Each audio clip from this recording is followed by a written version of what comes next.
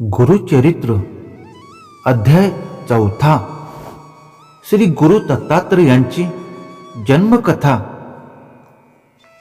श्री गणेशाय नमः। नामधारकांची विनंती ऐकून सिद्ध म्हणाले, तू जिज्ञासेने खूप चांगला प्रश्न केला आहेस। तुझ्या प्रश्नामुळे मी कथा मला सांधवत आठवत आहे। मी तुला अत्री ऋषींची सृष्टीच्या उत्पत्तीपासून समग्र कथा सांगतो, ऐक। सृष्टीच्या उत्पत्तीपूर्वी सर्व जलमय होते। नंतर त्यात हिरण्यगर्भ निर्माण झाले। हिरण्यगर्भ म्हणजेच रजोगुणांपासून उत्पन्न झालेला ब्रह्मा।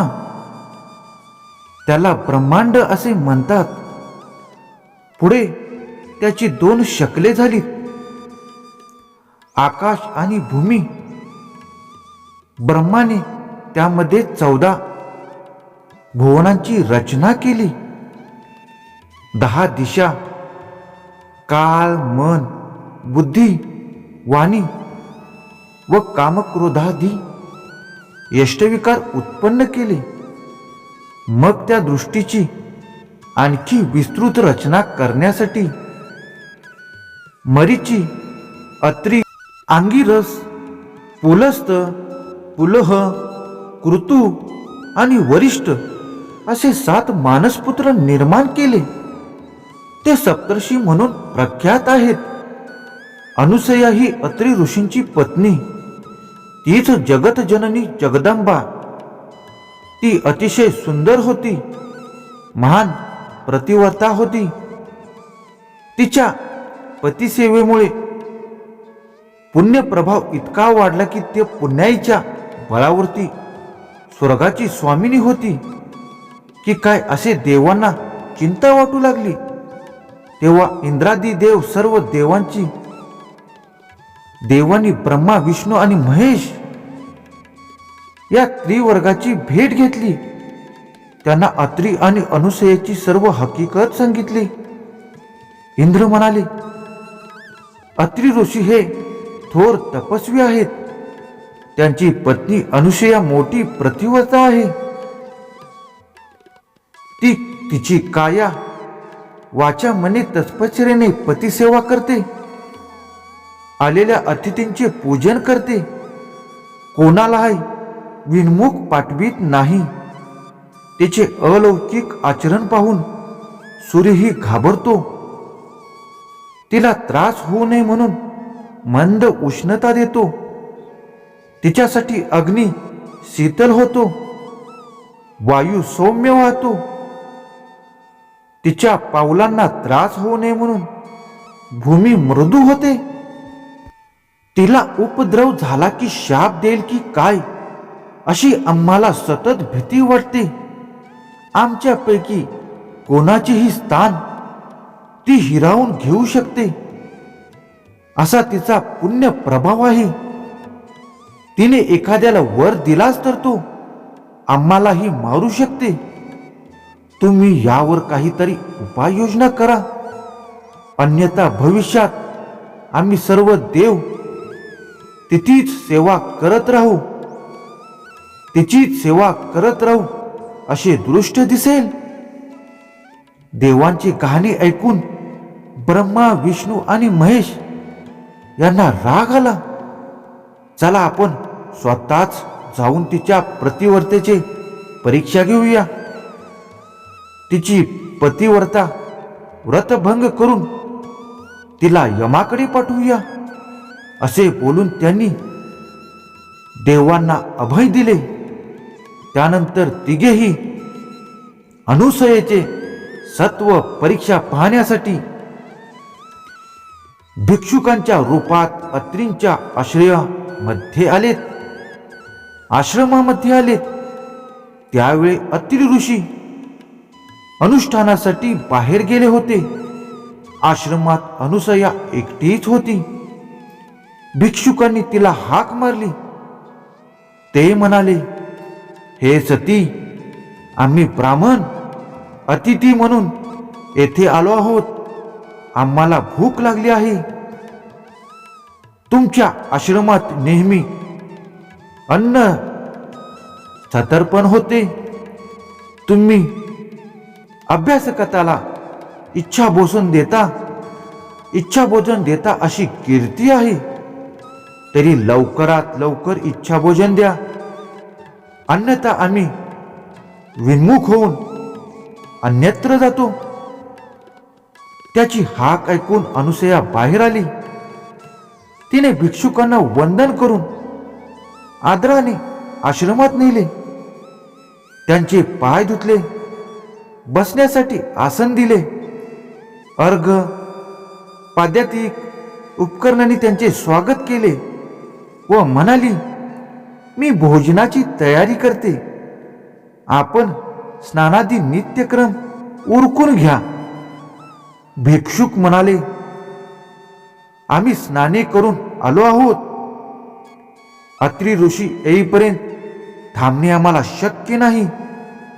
भोजन लवकरात लवकर हवे. ठीक आहे असे बोलून तिने पाट मांडले. अतिथींना पाटावर बसवले.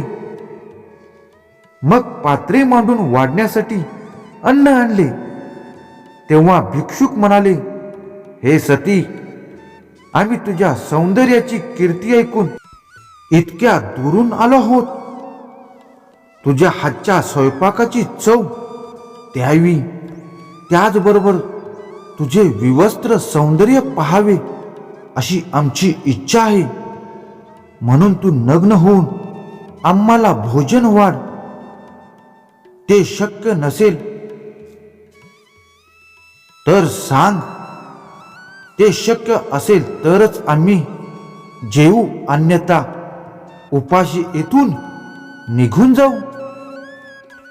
अतिथींचे बोलणे ऐकून अनुसयाला मोठा प्रश्न पडला.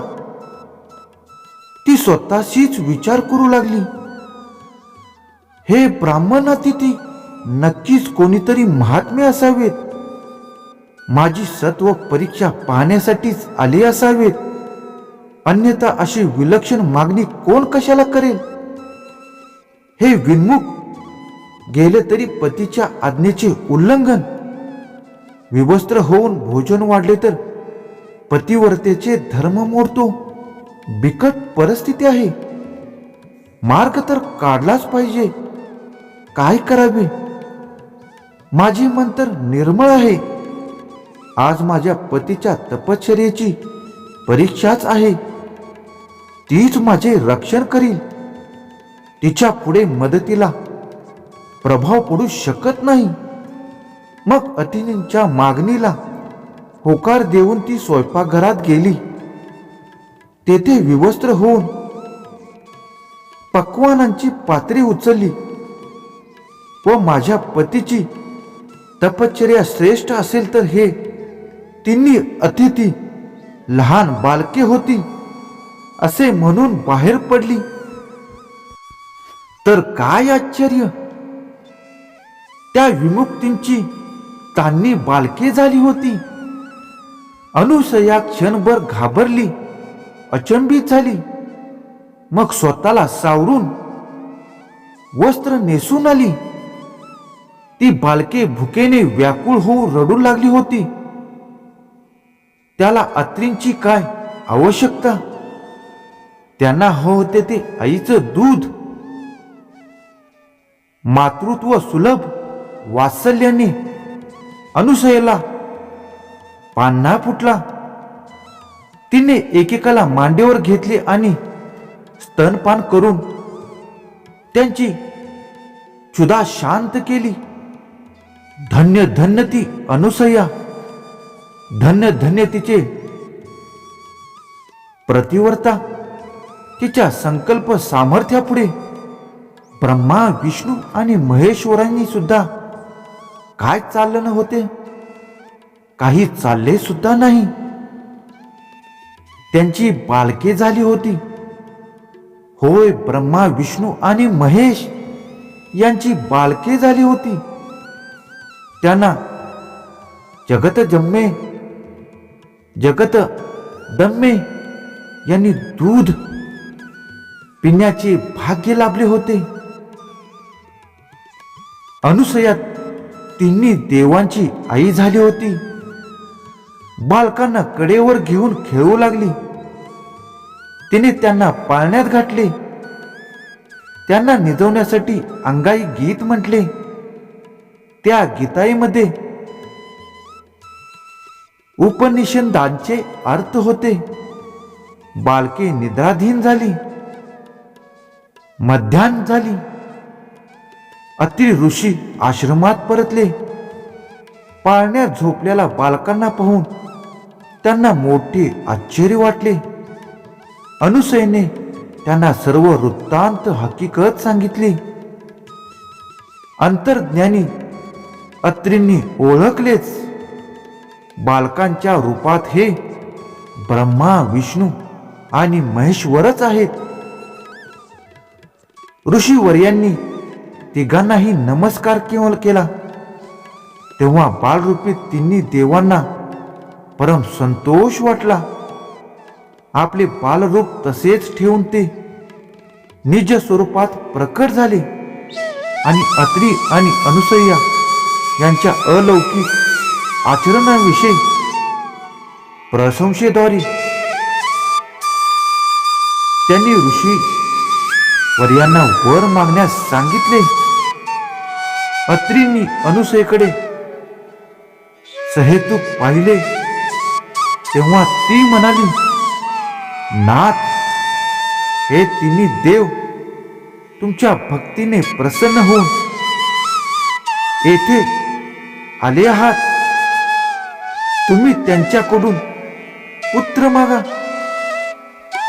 अत्रि म्हणाले, देवश्रेष्ठींनो, तुम्ही बाळ रूपाने माझ्या घरी आले आहात तर पुत्र रूपाने येथेच राहा. तेव्हा तथास्तु म्हणून हे तिन्ही देव निजस्थानी परत केले. अत्रि आणि अनुसयेने त्या बालकांचे नामकरण केले. बालरूपातील ब्रह्मा, विष्णू आणि महेश्वर यांची अनुक्रमे चंद्र, दत्त आणि दुर्वास अशी नावे ठेवली. काही काळाने दुर्वास आणि चंद्र माते सन्मुख उभे राहिले. दुर्वास म्हणाला, मी तीर्थयात्रा व तपश्चर्या करणार आहे, मला निरोप दे. चंद्र म्हणाला, मी तारांगणात वास्तव करून तुमच्या चरणांचे नित्य दर्शन घेईन. शीतल चांदणे पसरवून सर्वांना सुख देईन. पृथ्वीवरील वनस्पतींचे पोषण करीन. विष्णुमूर्ती दत्त तुझ्यापाशी राहून तुझी सेवा करीन. अनुसयेने त्यांच्या जाण्याची अनुज्ञा दिली. विष्णू दत्त रूपाने अत्रि अनुसया यांच्या पाशीच राहिला. ब्रह्मदेव आणि शंकर यांनी आपापले दिव्य अंश त्यांच्या ठिकाणी स्थापन केले. तेव्हापासून दत्त हा अत्रि अनुसयेचा पुत्र श्री विष्णूंचा अवतार असूनही त्रिमूर्ती दत्तात्रय म्हणून ओळखला गेला. त्रिमूर्ती दत्तात्रय म्हणून एकत्वाने राहिला. तो दत्तात्रय महाप्रभू हाच गुरु परंपरेने मूळ पीठ आहे. सिद्धाने नामधारणाला दत्त जन्माची अद्भुत कथा सांगितली. ती श्रवण करून नामधारकाला धन्यता वाटली. तो म्हणाला, महाराज, आज तुमच्या कृपा प्रसादाने मला दत्तावतारातील मूळ कथा ऐकण्याचे भाग्य लाभले. माझ्या ज्ञानात भर पडली.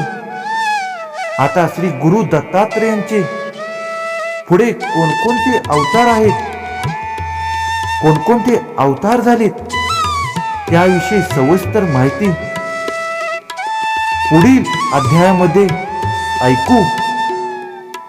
अध्याय 4 समाप्त.